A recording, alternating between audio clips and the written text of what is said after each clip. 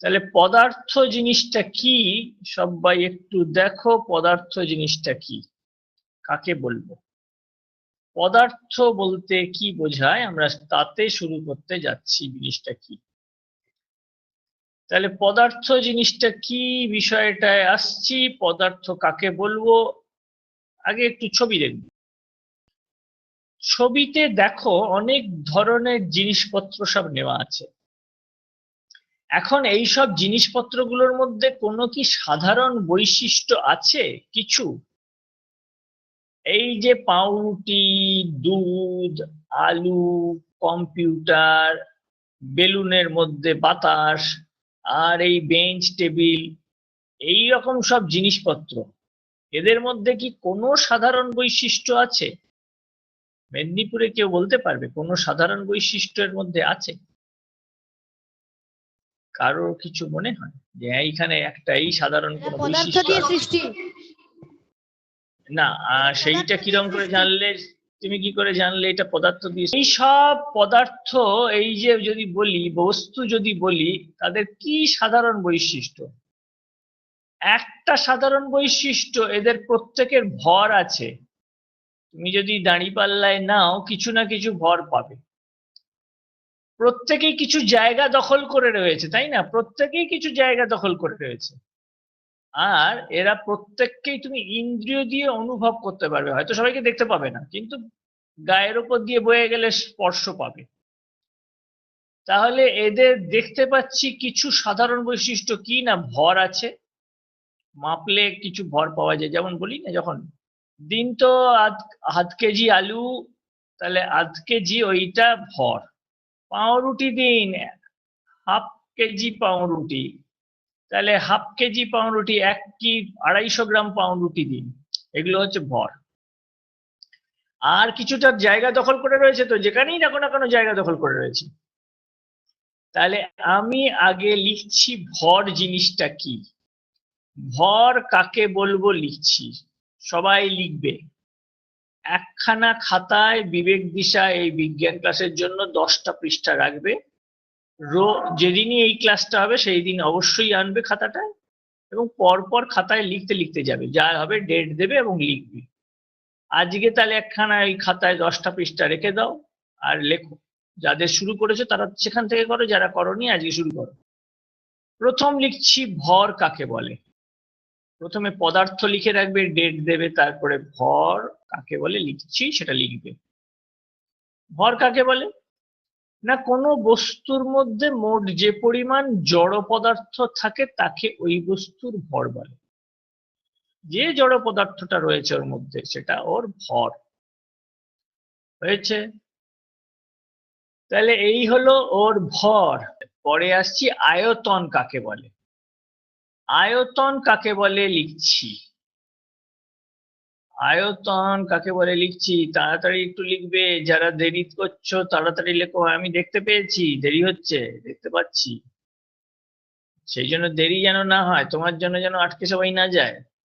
পরে লিখছি আয়তন কাকে বলে। কোনো বস্তু যতটা স্থান দখল করে থাকে তার পরিমাণকে বস্তুটির আয়তন বলে। কোনো বস্তু যতটা স্থান দখল করে থাকে তার পরিমাণকে বস্তুটির আয়তন বলে। আলুটা কিছু জায়গা জুড়ে থাকবে, একখানা পাত্র রেখেছি কাঁচের, সেটা জুড়ে রয়েছে। আবার পাত্রের মধ্যে দুটো লোহার টুকরো রেখেছি, তারাও কিছুটা স্থান দখল করে রয়েছে। তাহলে সবাই স্থান দখল করছে। এই যে স্থান দখল যতটা করেছে সেটা হবে ওই বস্তুর আয়তন। ভর বা ম্যাস, আয়তন বা ভলিউম, ইংরেজি শব্দটাও শুনে রাখো, লেখা ঠিক করে করে ফেলো। তাহলে দুটো জিনিস সাধারণ বৈশিষ্ট্য বলেছি, আগেই আমরা এগুলো করে নিয়েছি। অনেক সব নানা সব জিনিসপত্র সব দেখলাম, সবগুলোর মধ্যে কিন্তু এই বৈশিষ্ট্যটা আছে। আয়তন জিনিসটা তাড়াতাড়ি লেখো। তাহলে ভর কাকে বলে লিখেছি, আয়তন কাকে বলে লিখেছি, আরেকটা বলেছিলাম ইন্দ্রিয় দিয়ে বোঝা যায়, ইন্দ্রিয় গ্রাহ্য। এবারে তাহলে লিখি পদার্থের সংজ্ঞাটা লিখছি। পদার্থ কাকে বলবো? যার ভর এবং আয়তন আছে, যা ইন্দ্রিয় গ্রাহ্য, তাকে পদার্থ বলে। অন্তত এই তিনটে গুণ থাকতে হবে, আরো থাকতে পারে, তিনটে থাকতেই হবে। মূলত বলছি এই তিনটে গুণ থাকতে হবে। এটাও লিখে ফেলো, পদার্থ কাকে বলে? যার ভর এবং আয়তন আছে, ইন্দ্রিয় গ্রাহ্য, তাকে পদার্থ বলে। বুঝতে না পারলে না জিজ্ঞেস করতে হবে, অবশ্যই জিজ্ঞেস করবে বুঝতে না পারলে। তাহলে পদার্থ জিনিসটা কি করেছি, আমাদের যত রকম সামনে সব আছে, দেখো এই তিনটে গুণ কিন্তু যেন আছে, তাই না? তোমার সামনে যা কিছু চোখে পড়ছে দেখো, তোমার এই তিনটে গুণ কিন্তু আছে, যদি থাকে তাহলে ওরা পদার্থ। তাহলে পদার্থ কাকে বলে করলাম, তিনখানা গুণ থাকতে হবে, করেছি। পরেরটায় আসছি, এখন লেখালেখি বন্ধ করো আর সামনে তাকাও। লেখালেখি বন্ধ এবং সামনে তাকাতে হবে আগে। আমরা নিয়েছি আলু, একটা গ্লাসে দুধ, আর বেলুনের মধ্যে বাতাস। এখন আলুটার জন্য বুঝবার চেষ্টা করছি, নির্দিষ্ট আকার কি আলুর আছে? হ্যাঁ আছে, টিক দিয়েছি। নির্দিষ্ট আয়তন মানে একটা নির্দিষ্ট পরিমাণ জায়গা দখল করে, তুমি আলুকে যেখানেই রাখো না কেন, থালার ওপরে রাখো, বাটিতে রাখো, গেলাসে রাখো, ও কিন্তু নির্দিষ্ট জায়গায় দখল করছে, তাহলে নির্দিষ্ট আয়তন আছে, টিক দিয়েছি।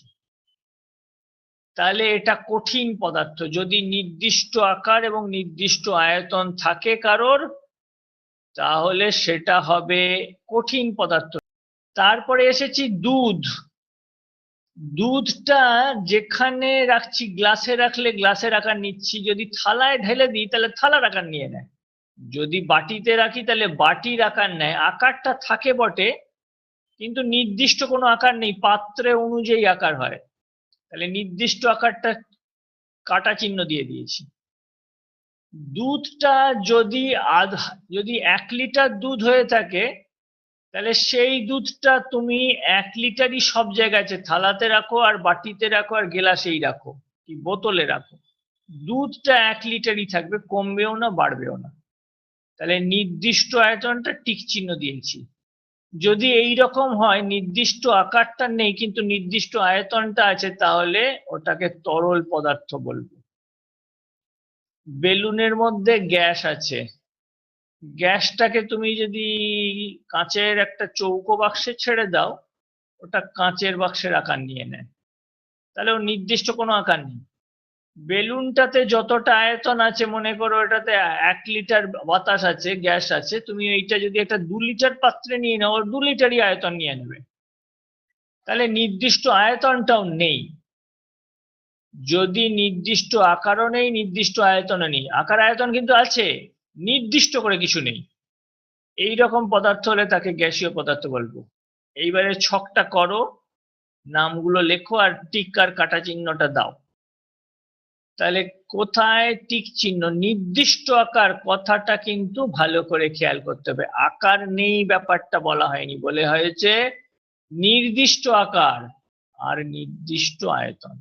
আমি আরেকবার একটু দেখিয়ে নিই, যেটা কিছু করতে হবে না, এটা লিখতে হবে না, শুধু দেখে নাও। পদার্থকে তাহলে 3 ভাগে ভাগ করেছিলাম, কঠিন, তরল আর গ্যাস। ঠিক আছে, 3 ধরনের পদার্থকে ভাগ করেছি। আমরা এবারে কঠিন পদার্থ শুরু করছি। কঠিন পদার্থ তাহলে কাকে বলবো?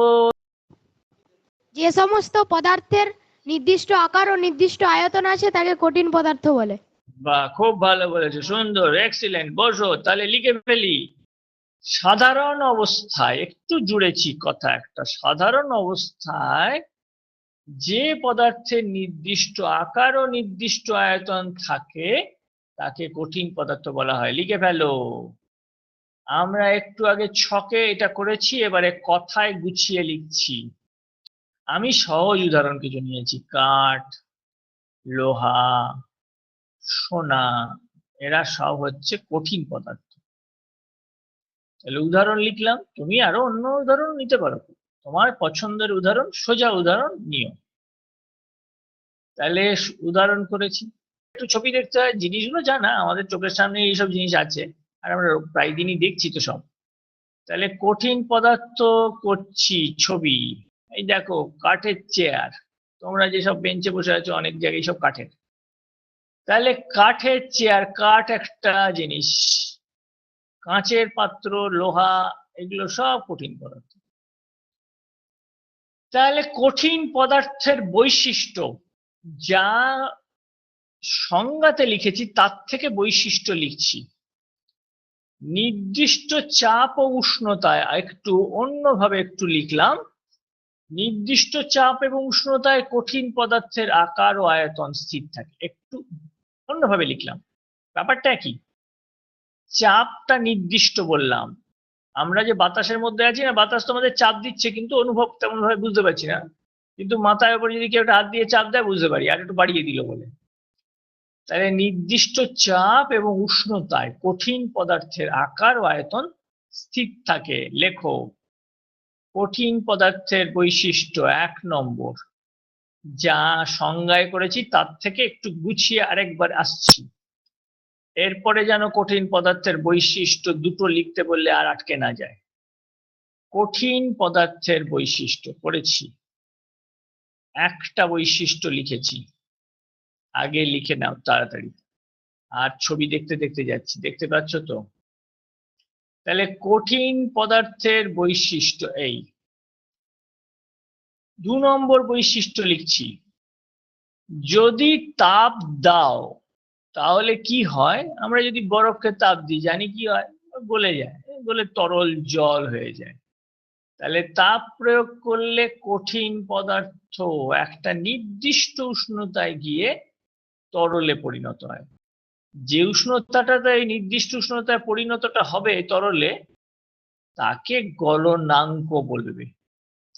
তাহলে কঠিনকে তাপ দিলে কি হয় যদি জানতে চাই, বলতে হবে তরলে পরিণত হয়।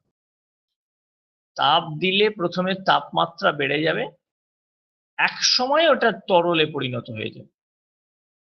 তাহলে তাপ প্রয়োগ করলে কঠিন আর কঠিন অবস্থায় সবসময় থাকতে পারবে না, তরল হয়ে যাবে। কোন নির্দিষ্ট উষ্ণতায় সেটা তরলে পরিণত হবে, তাকে গলনাঙ্ক বলবে। তাহলে তরল কিসের থেকে পাওয়া যেতে পারে? যদি আমরা কঠিনকে তাপ দিই তার থেকে তরল পাওয়া যেতে পারে। দুটো বৈশিষ্ট্য করেছি, তোমাকে দুটো বৈশিষ্ট্য লিখতে দিলে নিশ্চয়ই তুমি আর আটকে যাবে না। দুটো বৈশিষ্ট্য, চেনা বৈশিষ্ট্য উদাহরণ থেকে করেছি। তাহলে এ হচ্ছে আমাদের কঠিন পদার্থের বৈশিষ্ট্য। লিখেছো, জিনিসটা দেখেছো, তোমরা মোটামুটি জানো। যেমন কত কঠিন পদার্থ সব দেখতে পাই অনেক সময় তাপ দিলে গলে যায়, তরলে পরিণত হয়। তাহলে এটা আগে করলাম, তাপ দিলে কি হয় কঠিন পদার্থের সেটা করেছি। কঠিন পদার্থকে তাপ দিলে কি হবে এইবারে তাতে এসেছি। গলনাঙ্ক কাকে বলে? না, যে উষ্ণতাতে কঠিনটা তরলে পরিণত হবে সেই নির্দিষ্ট উষ্ণতাকে গলনাঙ্ক বলবে। এখানে সামনে তাই লিখেছি। এবারে আসছি তরল পদার্থ। চকদীপায় বলবে তরল পদার্থ কাকে বলবো? তরল নির্দিষ্ট যে সমস্ত পদার্থের নির্দিষ্ট আকার আছে, নির্দিষ্ট অর্থাৎ আকার নেই, নির্দিষ্ট আয়তন আছে, হ্যাঁ, তাকে আচ্ছা ঠিক তরল আছে, পদার্থ বলে। বেশ বেশ, খুব ভালো বলেছো। ঠিক, তাহলে আমরা ছকটা এই জন্য আগে করেছিলাম। তাহলে সাধারণ অবস্থায় যে পদার্থের নির্দিষ্ট আয়তন আছে কিন্তু নির্দিষ্ট আকার নেই, নির্দিষ্ট আয়তন থাকবে কিন্তু নির্দিষ্ট আকার নেই, তাকে তরল পদার্থ বলে। তরল পদার্থ সাধারণ অবস্থায় যে পদার্থের নির্দিষ্ট আয়তন আছে, মানে তুমি যদি 1 লিটার দুধ নাও, সব জায়গায় 1 লিটার দুধ, যদি 2 লিটার জল নিয়েছো বোতলে রেখেছো, সেটা ঢেলে তুমি হয়তো বালতিতে দিয়ে দিলে, তাহলে 2 লিটার কিন্তু থেকে যাবে, আয়তনটা একই থাকবে, আকারটা বোতলের আগে ছিল পরে বালতির আকার হয়ে গেল। এই জন্য নির্দিষ্ট কোনো আকার নেই। আকার নেই কিন্তু বলো না, আকার কিন্তু অবশ্যই আছে, পাত্রের আকার আছে, নির্দিষ্ট কিছু নেই। তাহলে তরল পদার্থ কাকে বলে হয়ে গেল আমাদের। তরল পদার্থ কি জিনিস হয়ে গেছে। উদাহরণ, জল, দুধ, তেল, পারদ, পেট্রোল। আমরা পারদ কোথায় ব্যবহার করি বলতে হবে মেদিনীপুরে। পারদ কোথায় ব্যবহার করি? থার্মোমিটারে।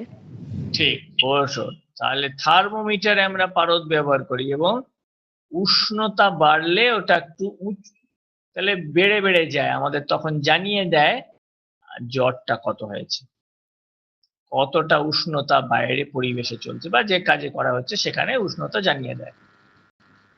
তাহলে পারদ একটা রূপোলি রঙের চকচকে তরল পদার্থ, জানা জিনিস, বাকি সব জিনিস তোমরা জানো। তাহলে তরল পদার্থের বৈশিষ্ট্য করব আরেকবার লিখবো। তরল পদার্থ আগে একটু ছবি দেখবো, চেনা ছবি কিছু জানা ছবি বা একটু সামান্য অজানা। তরল পদার্থ করেছি, তরল পদার্থ কাকে বলে লিখে নিয়েছি। তরল পদার্থ একটু ছবি দেখে নিই, চেনা ছবি, চা। আর নানা রঙিন তরল পদার্থ পাওয়া যায়, সেই রঙিন তরল নিয়েছি। কত রকম রঙিন তরল সব রয়েছে, যখন স্কোয়াশ টোয়াশ দেখতে যাও বা আরো কত জায়গায় কত রকম রঙিন থাকে। তরল পদার্থের বৈশিষ্ট্য প্রথম লিখছি, একটু ভেঙে আসছি, এর একটু অন্যভাবে লিখছি। নির্দিষ্ট উষ্ণতায় তরলের আয়তন নির্দিষ্ট থাকে। নির্দিষ্ট উষ্ণতাটা মনে করো ঘরের উষ্ণতা এখন আছে, তরলের আয়তনটা তখন একটা নির্দিষ্ট। তুমি যদি উষ্ণতাটা বাড়িয়ে দাও তাহলে আয়তনটাও পাল্টে যাবে। তাহলে নির্দিষ্ট উষ্ণতায় তরলের আয়তনটা নির্দিষ্ট আছে, এইটা প্রথম করেছি। দ্বিতীয় বৈশিষ্ট্য লিখছি, দ্বিতীয় বৈশিষ্ট্য লিখছি তরলের নিজস্ব কোনো আকার নেই। যখন যে পাত্রে রাখা হয় সেই পাত্রের আকার লাভ করে। এটাই আমরা করতে করতে আসছি, এটাই মজার ব্যাপার। আকার নেই না, আকার আছে, কিন্তু যে পাত্রে নেওয়া হলো সেই পাত্রেই আকার হয়ে গেল, সেটা গ্লাস হোক, বাটি হোক, থালা হোক, যা হোক। তাহলে আকারটা এইরকম করেছি। তাপ প্রয়োগ করলে কি হয়, যেটা কঠিনে করেছিলাম তাহলে এখানেও হবে। তরলকে তাপ প্রয়োগ করলে কি হবে না, তরলকে তাপ প্রয়োগ করলে তরলটা গ্যাসীয় অবস্থায় পরিণত হবে। বাড়তে বাড়তে একটা উষ্ণতা এমন এসে হাজির হবে, যখন ফুটতে শুরু করবে তাকে স্ফুটন বলবে, এবং তরলটা বাষ্পীভূত হয়ে যাবে, গ্যাসীয় অবস্থায় পরিণত হবে। তরলটা গ্যাসীয় অবস্থায় পরিণত হবে। তাহলে তাপ প্রয়োগ করলে কঠিন তরলে পরিণত হয়, তরলকে তাপ প্রয়োগ করলে গ্যাসীয় অবস্থায় পরিণত হয়, এই এক একজনের তাপ দিলে। তাহলে যদি তরলকে ঠান্ডা করা হয় কি হবে তেঁতুলিয়া, তরলকে যদি ঠান্ডা করা হয়, তরলকে ঠান্ডা করলে কি হবে তেঁতুলিয়া বলতে হবে, তরলকে ঠান্ডা করলে কি হবে? বরফ। না না, দেখো, আমি যদি জল নিই তবে বরফ ব্যাপারটা, যদি জল না নিয়ে যদি অন্য কোনো তরল নিই, মনে করো নারকেল তেল নিয়েছি, ঠান্ডা করলে কি হবে? জমে যাবে।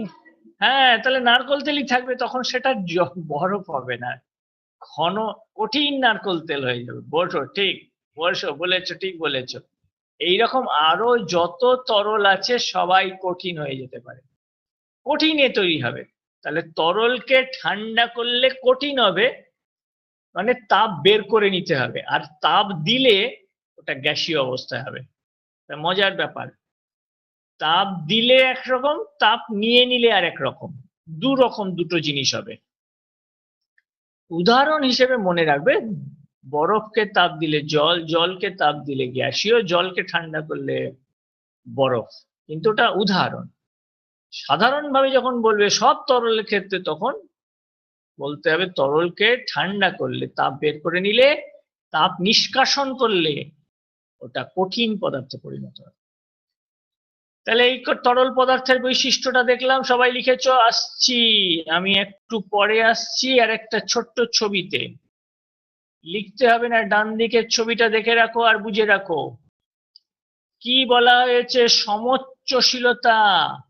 যদি কোনো পাত্রে যুক্ত থাকে, তাহলে যদি তরল নাও, যে কোনো আকারই হোক না কেন, তারা একই উচ্চতায় থাকবে। এর নাম সমোচ্চশীলতা। 5 নম্বর পয়েন্টটা সবাই লিখে ফেলো। তরলের সমোচ্চশীলতা ধর্ম আছে। শেষের পয়েন্টটা লেখো আর দেখো ছবিটা। এইরকম একটা সব কাঁচ পাত্র করা হয়েছে, যাদের মধ্যে সব যোগ আছে, ভিন্ন রকম সব আকার। তুমি যদি তরল একদিকে ঢাকলো, সবাই একই উচ্চতায় থাকবে। এর নাম সমোচ্চশীলতার ধর্ম। তরলের সমোচ্চশীলতা ধর্ম, সম উচ্চতা, একই উচ্চতা, তাহলে সমোচ্চশীলতা ধর্ম আছে। এই হলো তরল পদার্থের একটা বিশেষ ধর্ম। শেষের ধর্ম, শুধু শেষেরটা লিখবে, তাহলেই হবে, বাকিটা আমাদের করা হয়ে গেছে। তাহলে এই হচ্ছে আমাদের পদার্থের ধর্ম। দুরকম পদার্থ আজকে করেছি, কঠিন তরল, গ্যাসটাও কিছু করেছি, বৈশিষ্ট্যগুলো অত লিখিনি এখনো। তাহলে কঠিন তরল করেছি, পদার্থ কিরম করে চিনবো, পদার্থের ধর্ম কি, পদার্থর বৈশিষ্ট্য কি, এগুলো সব